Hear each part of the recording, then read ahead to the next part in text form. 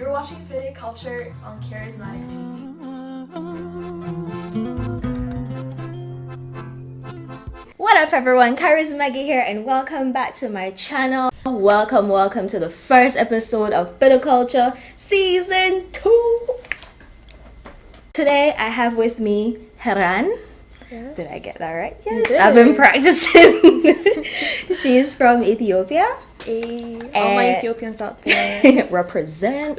Drop your flags in the comment section below if you're from Ethiopia or if you have family from Ethiopia. Represent right now. So, for today's video, we're going to be talking about Ethiopia, of course. Yes. And before we actually get into the topic of discussion for today, which will be about food. So, a couple weeks ago, we went to Sora's. The best Ethiopian food in Toronto. Yep. So, if you don't know, well, now you know.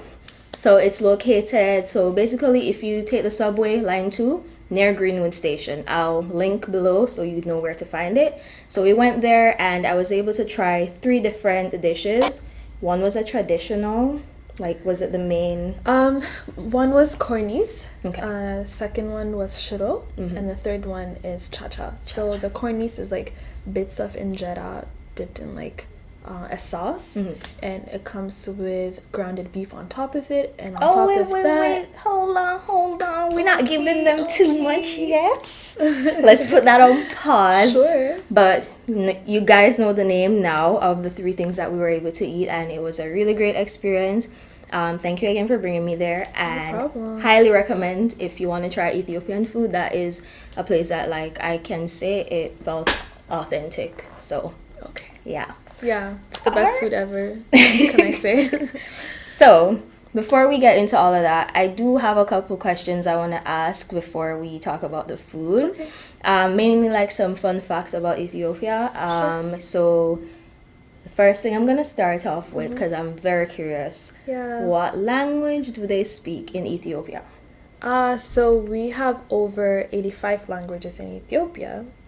Unfortunately, I only speak one, and that's Amharic. That's like the national language. Oh, okay. But yeah, Ethiopia is located in Eastern Africa. For those of you who don't know, it's close to Sudan, Djibouti, Kenya, Somalia, and Eritrea.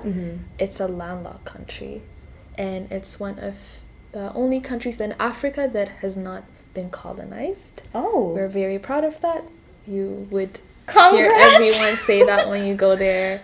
Wow, I did not know that. So yeah. you guys are actually maybe what the movie Black Panther was on? Wakanda? Wakanda is an Ethiopia, people. It is? No, I'm joking. I don't know. I can't. But yeah, we're very proud Africans, and yeah. Cool. Well, glad to know that. That's really cool. I did not know that, so that's really great to know. So what are some fun facts that you can tell me? Like, I want you to blow my mind right now. What are some really fun facts? Oh my god, we have 13 months of sunshine. Yeah, you know here like we have 12 months. Yeah. In Ethiopia, it's 13, and the last month. So okay, how it works is like every month is like 30 days, and then the last month, which is called Pagmi, it's 5 to 6 days depending on each leap year. Oh, okay. So yeah, that's why we end up with 13, but we're called like the 13 months of sunshine. Wow. Yeah. You must miss that, because how many months of sunshine? Like, I think we probably late June. Yes, especially this summer. It has been like, I can't even call it summer, because it's been raining. Like, the winter has been, I don't know, terrible for me at least, because I don't like cold weather. Has not been fun, I can say that. So 13 months of sunshine, that is awesome. Sounds like a place I would want to live. So Yeah. what else? Coffee was discovered in Ethiopia. Wait, what? Yeah. Coffee? Yeah, coffee was discovered there. It's a lot of people would assume it's like from the Arabia side, but it's actually Ethiopia, because I don't know how it works, but since they used to do trade together, like the Middle East and Ethiopia, people got to know coffee from that side of the world. Okay. But it's actually discovered in Ethiopia. Wow. You guys have so many cool things about your country. Yes. And if you guys want to know any more fun facts about Ethiopia, of course, there is Google. But of course, don't believe everything you see on the internet. Can be sketchy. Hence the reason I like to have people from the countries who actually come on to like ask questions and talk to, because I don't want to be putting out false facts out there. So, my favorite part, the food. Yes. So, please explain. So, individually, the different things that we ate, so what they consisted of. Okay, so we started with the cornis. That was the biggest dish from everything. It's, like I said, bits of injera, and it's put it in a sauce that's cooked.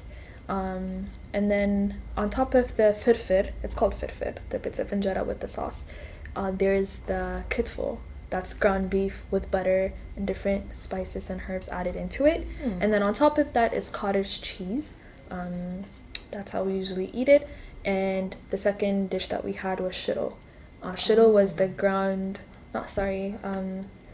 it's chickpea powder. Okay. And it's mixed with water, like anything you want to add, like spices, whatever.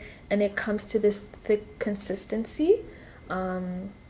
There's two types of shiro, like alija and qayot shiro. What we had was the qayot shiro, which is a little bit like orange to reddish color. It's because of the like the pepper in it. Oh, okay. And the third dish, which was your favorite, yes, the chacha. Chacha was a lamb fried dish. And it has so much butter in it. It's just like heaven. I love that. It was dish. really good. Yes. That was my favorite for sure. Yeah. So I can't remember the name of it, but the one that we ate where like you broke it off to eat with the different things, whether it was with the lamb or was the ground beef mixture.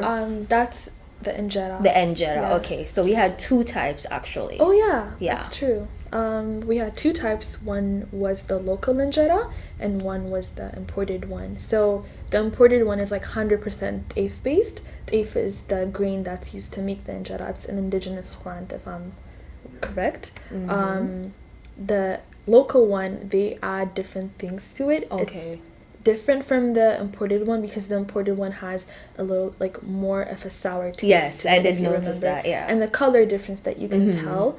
It's the imported one is a bit more gray-ish than the local one. Okay. Oh, also injera, it's like fermented.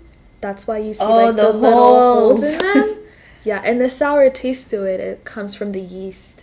When you make it, it's you leave it over for a span of like 3 days, so it's fermented for you to cook on a stove. It's called mitad. It's like a clay stove that you cook it on. Wow. Yeah. Nice. Okay. So I did notice though that we did not have individual plates. That was a very different thing for me. Yeah. It was like a big plate. Like I'm gonna insert clips so you guys can see the experience. It was a very big platter and all the food was on it, and it's like we're sharing together. Yeah. So like, is that like a common, like, is that the tradition? Yeah, that's very common. Back home, we don't usually eat separately. We love getting together, sharing what we have, and just like, it makes you feel closer when you're eating in like a big dish, like collectively as a family. And another thing, if you remember, was the gursha part where I was trying to feed you. Yes. 3 times. Yes. Like, you don't stop at once because it's rude to do that. But yeah, like we love feeding each other, being together as a family, as a community. That's the biggest part in our culture. Wow. Yeah. I really like that because it really, like, I met some of your friends who came with us, and even though I didn't know them for very long, like I feel like that setting we were in, like it did have that effect. So yeah, very much. Very cool. Yeah. And the thing is though, like for me at least, when I'm eating with people on a platter, I eat more than I usually eat. Nice. Yes, because you're trying to eat faster so people don't like finish the food. Especially the lamb, like, oh my god, everyone was grabbing for that. So you're right. You should definitely try it. Like, yeah. So this is more of a need to know for myself, and maybe other people who are left-handed. So in some cultures, I know left hand has like a lot of superstition behind it. Is it rude to eat with? It's considered rude for sure. I don't see a lot of people using their left hand to eat injera. But I guess, like, if you're left-handed, what are you gonna do about it? Like, I personally wouldn't, like, force people to use their right hand. But culturally speaking, it's not the norm to use your left hand. Okay. Yeah. Good to know. Yes. And, I don't know if you're gonna say that, but Ethiopian food is known for their vegetarian option. Oh, thank you for bringing that up. I did notice that. Yeah. I mean, the food choices that we had wasn't really like a vegetarian option. No, but like on the menu, because we were like, on the menu? yeah, we were for scanning sure. and I noticed. And the biggest reason for that to happen is because in Ethiopia, like more than half of the population observe the religion Greek Orthodox or Ethiopian Orthodox. And so that would mean like fasting before Easter, before Christmas, for about like a month to 2 months span. And that would mean no dairy, and like no meat, whatever. So it's more of like a vegetarian option. Yeah. Okay, cool. Well, all my vegetarians, vegans out there, Yes. you guys are very well compensated in the Ethiopian culture, that's for sure. Yeah. Cool. So I think we're gonna wrap up the video for today, and I want to thank Haran for really doing this video with me.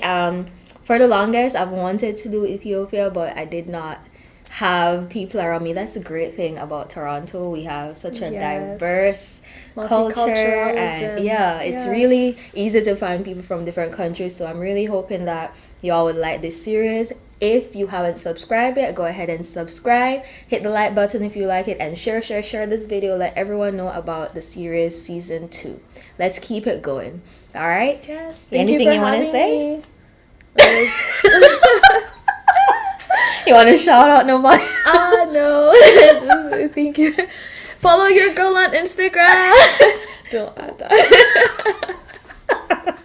I'm leaving that in though. Don't forget to do road and do things, and until next time, Maggie is out. Bye.